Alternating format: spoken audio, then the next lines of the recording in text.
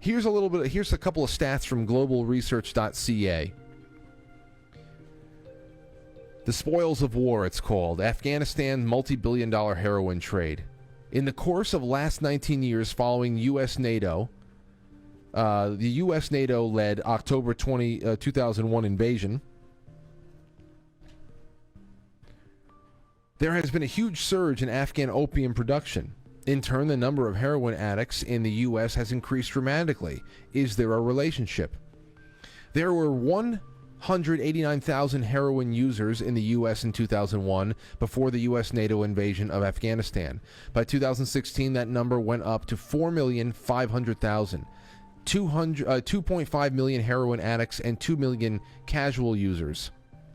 In 2020, the height of the COVID crisis, deaths from opioids and drug addiction increased threefold. You think these people care about a few poodles?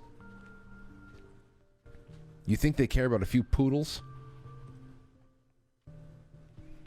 So, very interesting article. I had to bring it up over there on Zero Hedge, written by Emil Akin of the Epoch Times, who I think is a little bit too naive to have written this article and drawn these conclusions. Yeah, sanctions will hurt the new Taliban government in there, but they're a bunch of nuts. The Taliban are nuts. Sanctions don't do much for North Koreans either. They don't care, because whatever money, whatever economy they do have will go to the top, and everybody else will live in servitude. They'll be starved to death, whatever. They don't give a shit. So that's number one. The sanctions don't bother them because they don't actually care about the well-being of people around them.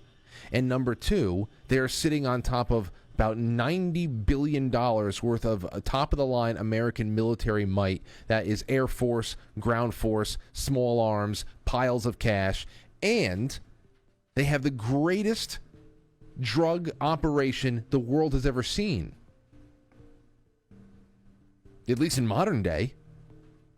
So you're telling me that all those riches have just been left to the Taliban to do what they will? No finder's fee, nothing? Oh boy, oh boy. All right.